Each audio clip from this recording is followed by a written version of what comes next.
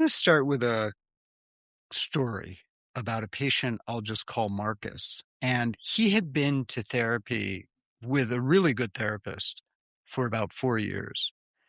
And Marcus's issue was he had panic attacks and he had insight into the panic, where it had begun, how it had been shaped, his early experience, which caused his nervous system to organize in the particular way that it did around particular threats. And he could trace it very precisely. One day he looked at me and said, I understand all of this and know why it happens. So why is my body still allowing it to happen? The question, why does my body still think it's happening, is what this episode is built around. Understanding changed the explanation, but it didn't change the panic. And his nervous system was still running the same threat model that it had always run. And this isn't because therapy failed. I want to be really clear about that. It's because therapy has worked on a level where insight operates, and the panic doesn't live at that level. It lives at a different level. This episode isn't an argument against therapy, any kind of therapy, by the way. Good therapy is one of the most valuable things a person can do. It creates the condition for everything else to be possible. And I've often found that when I've worked with patients who are in therapy, the work that I'm doing goes faster than if they weren't in therapy. And the opposite is true too. What I want to offer today is something more specific, which is a framework for understanding why even genuinely good work often reaches a ceiling and what that ceiling is telling you. Because understanding a pattern is one thing and changing what the nervous system expects is another. So stay tuned.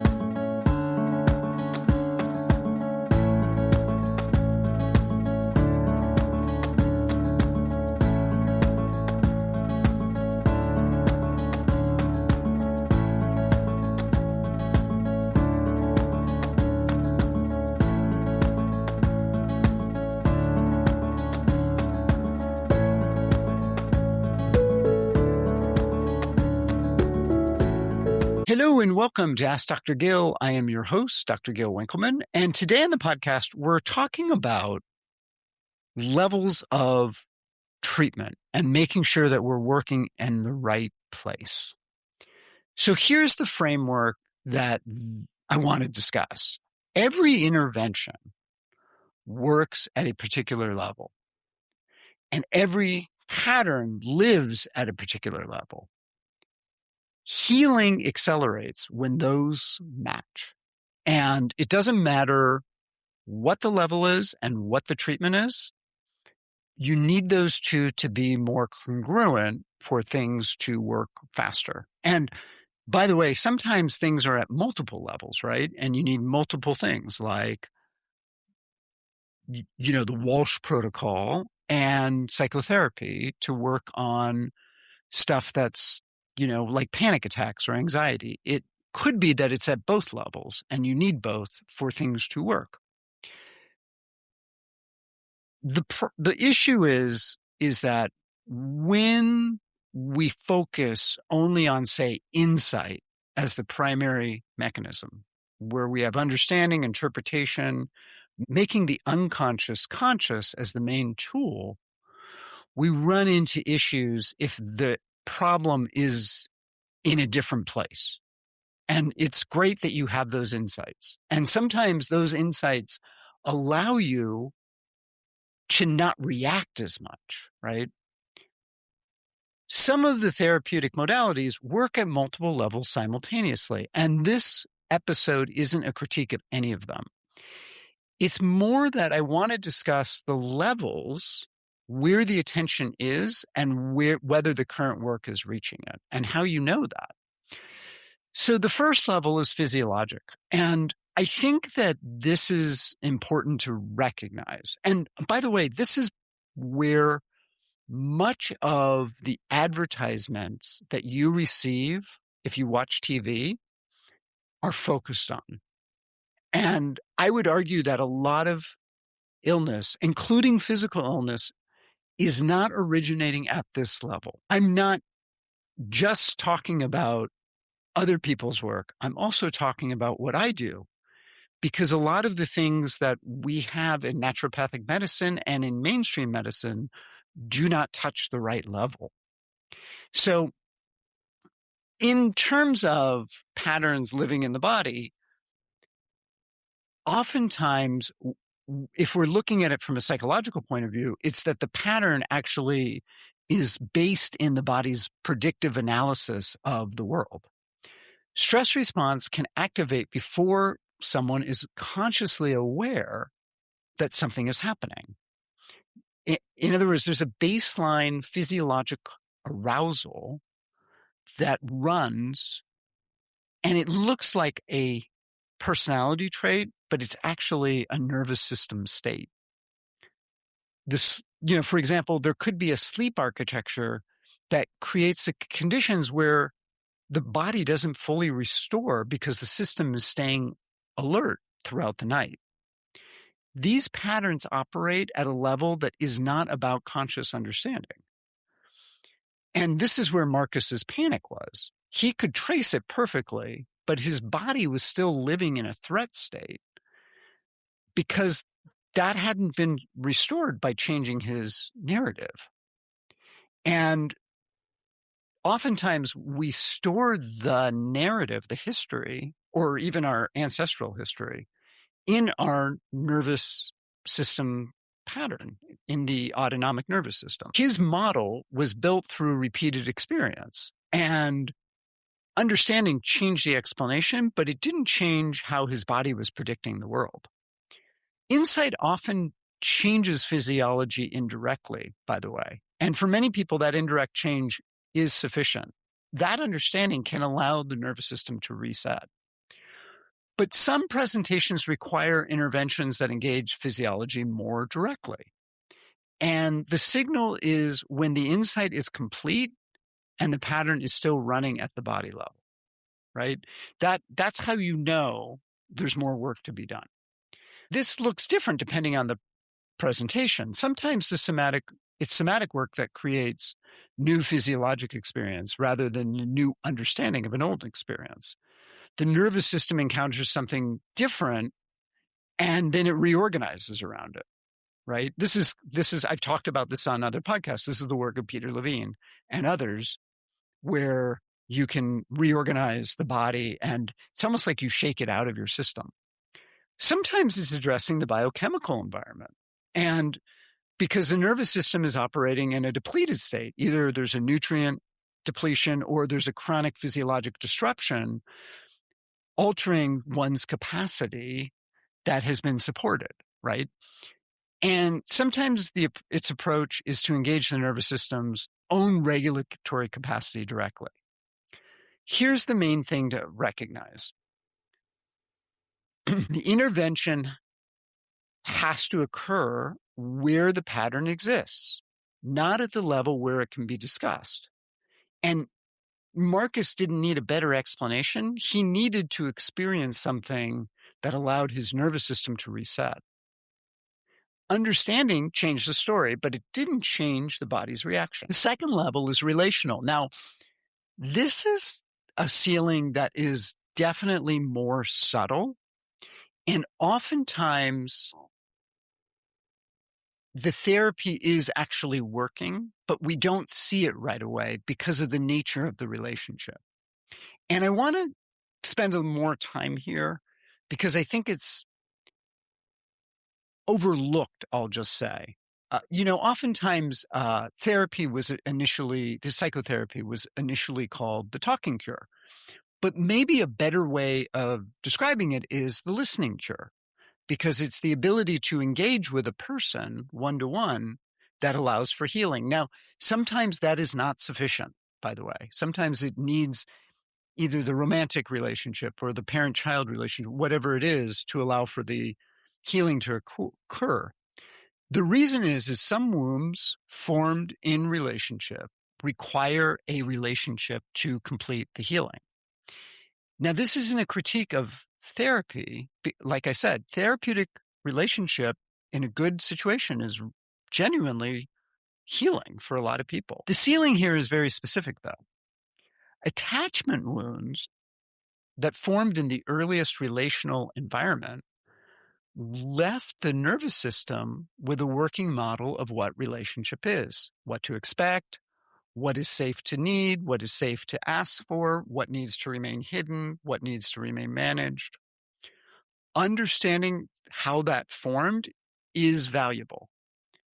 But updating the model requires the understanding alone cannot provide. Repeated relational experience that contradicts the model's predictions. And this is where having a good, secure relationship allows for those systems to be updated. The nervous system learned what to expect from relationship through relationship, right? It then needs to update through a more healthy version of that relationship. The revision requires the same medium as the original learning.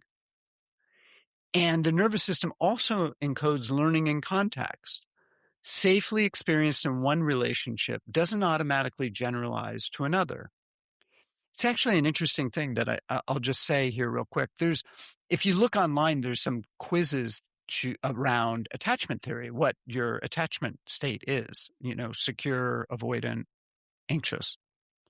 And oftentimes, what I've talked to clients about this, if they take that test thinking about a particular person, it changes their relationship attachment. So sometimes there is a context as well in terms of who you're in relationship with.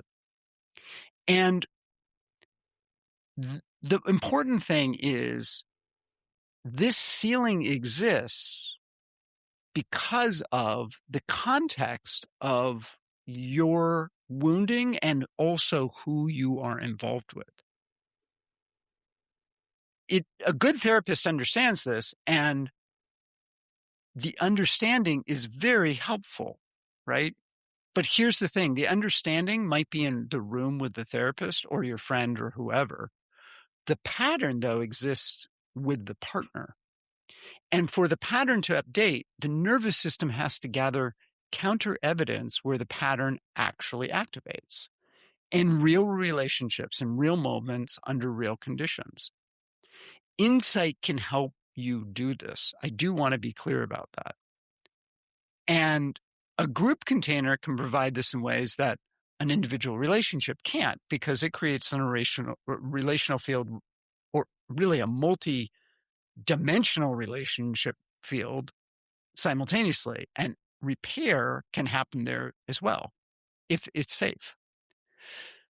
The question of the relational ceiling raises, is the relationship happening in the room, or is it primarily happening in your life? If the insight is accurate, but the pattern's still happening, that may require a level change.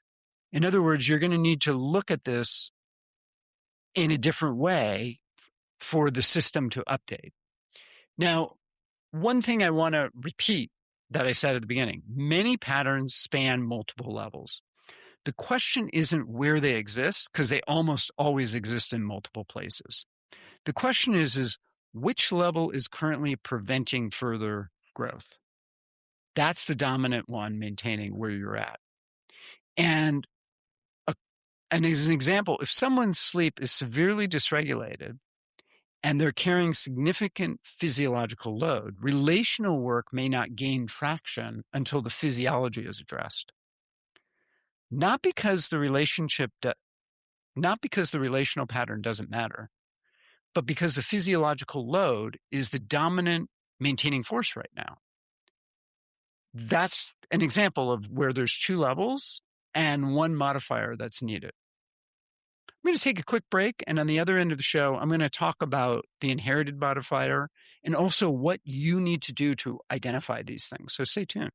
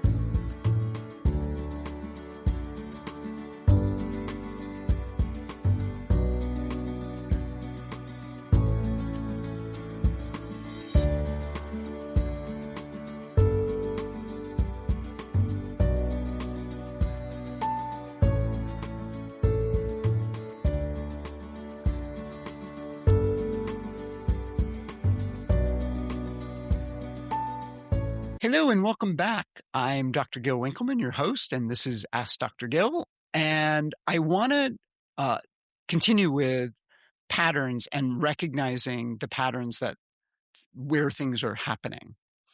Now, the inherited question is worth naming. And before we go deeper, I want to talk about this because some people have physiological issues, some people have relational issues, but some of the patients that I've talked to have patterns that existed before, in a sense, before they were even born. If you didn't listen to last week's episode, the important point here is simply that some people arrive with patterns before their own conscious history begins. I covered the mechanisms in detail last week. There are three patterns, basically, that can move across generations.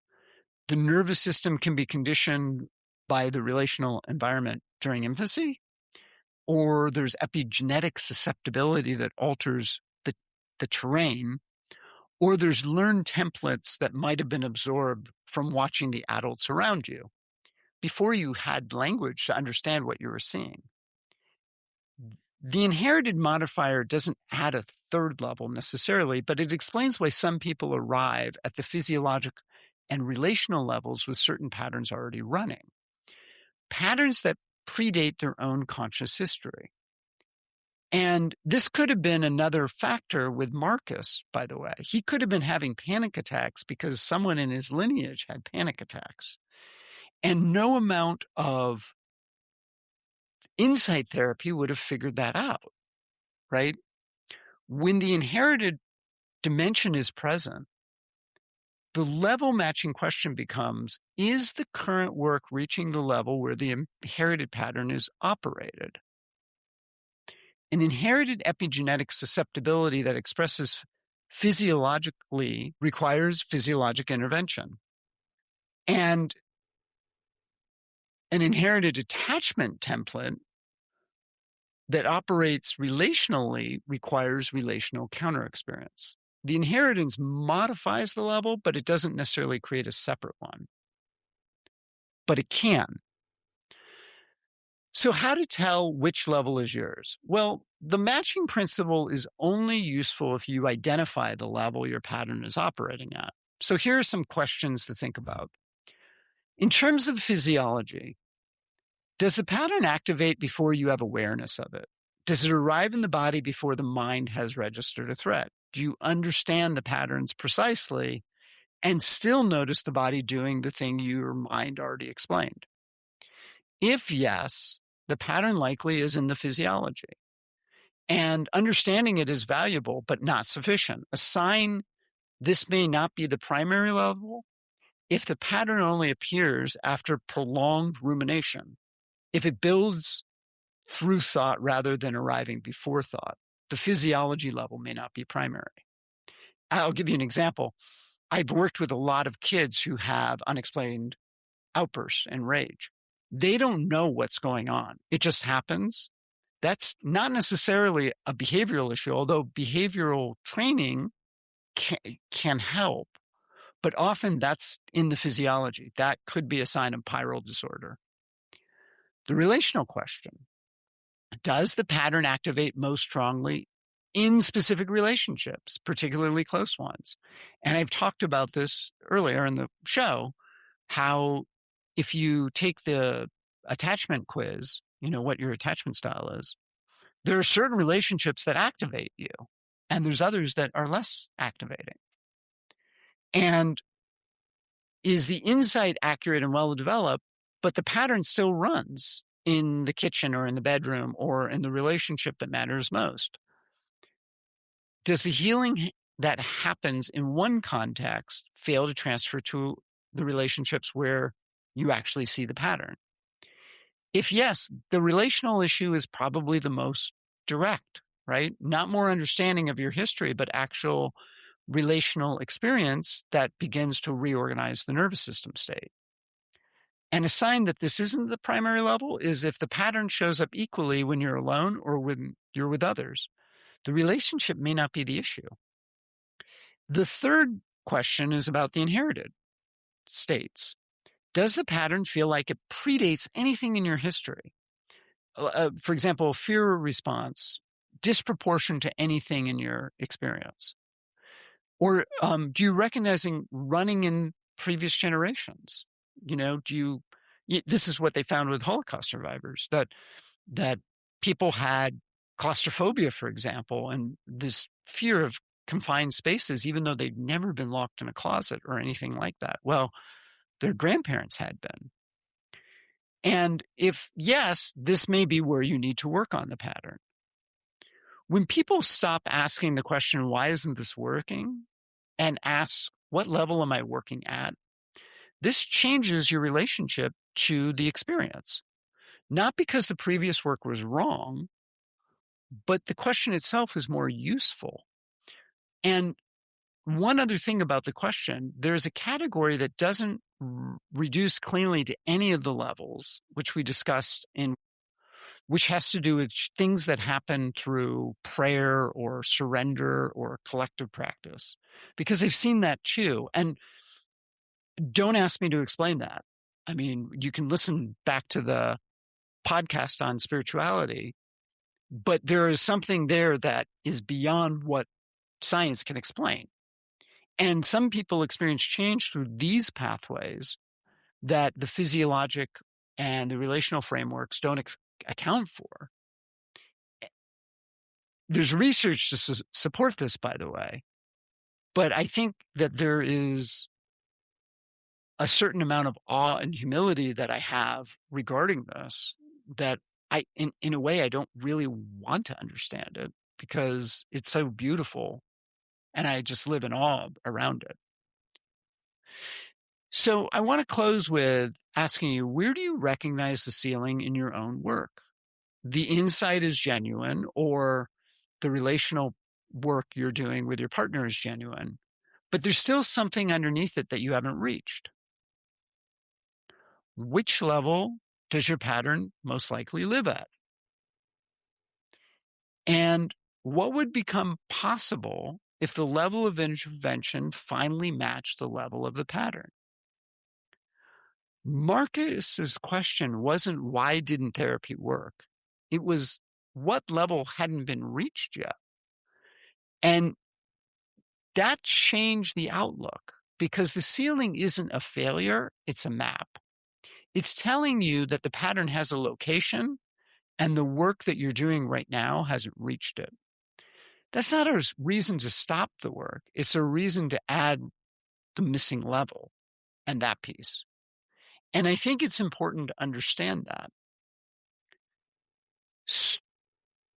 So a couple of things. Once you understand the matching principle, the next question becomes obvious. What would it look like to bring all three levels into work at one time over enough time for the dominant maintaining level to shift? And Rewrite the Signal is the 12-week container built for that.